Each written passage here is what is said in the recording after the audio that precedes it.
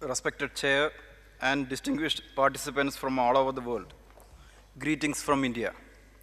I am extremely happy to stand before the Global Assembly of Labour at a time when ILO has passed through its 90th year.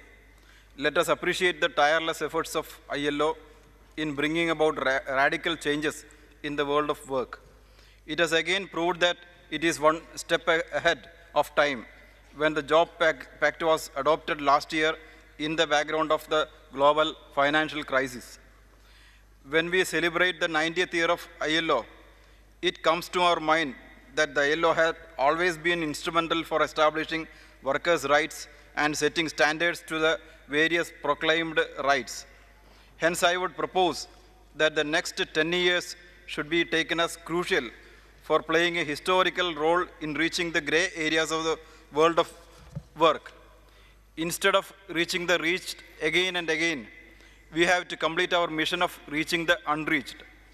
There are large grey areas of labor left out in many countries that are devoid of bargaining power and hence most exploited.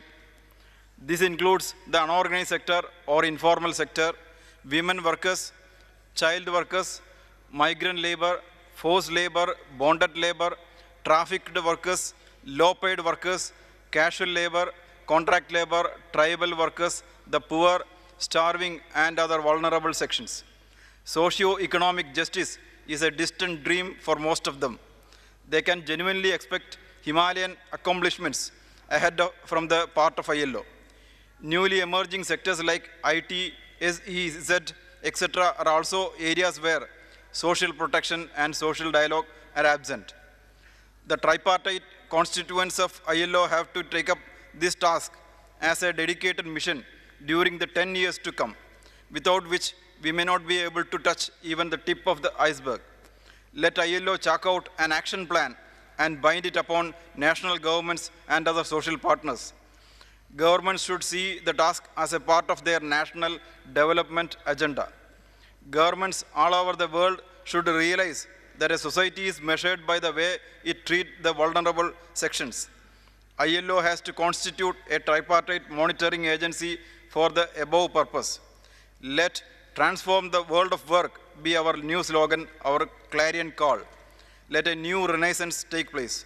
ILO has to intrude into the unfathomed areas of the working world so that people are not left alone to seek their own various means of attaining economic justice. ILO should take up the challenge, rush to fill up the vacuum and organize the needy and endeavor till the goal of decent work to all is achieved. This is the historical role ILO has to perform in the immediate future of 10 years. The recommendation on employment brought this year would be a move forward in the times of crisis. The historic assignment of bringing back to life the HIV victims would take a step ahead through the concerned recommendation.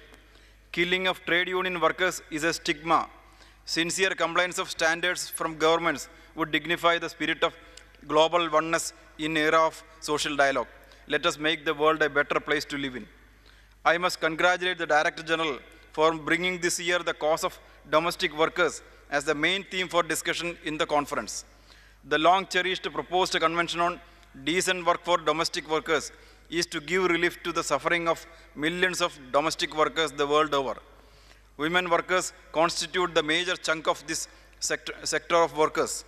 The issues related to domestic workers ranges from combating extreme forms of exploitation to decent wage and service conditions.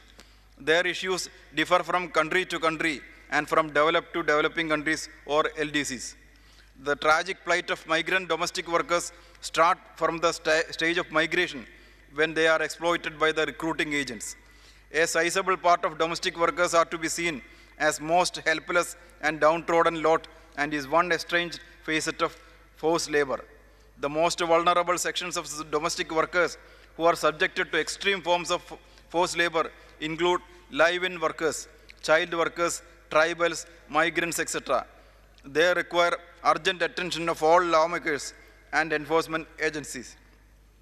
Civilized societies have to put their heads down in shame when we hear nightmarish stories of hapless, vulnerable domestic workers. domestic workers, including Indian migrant workers working abroad, have seen some light at the end of the dark tunnel after a long wait of 50 years. Let us strive to adopt a convention that can redress the tragic plight of this neglected load. Thank you.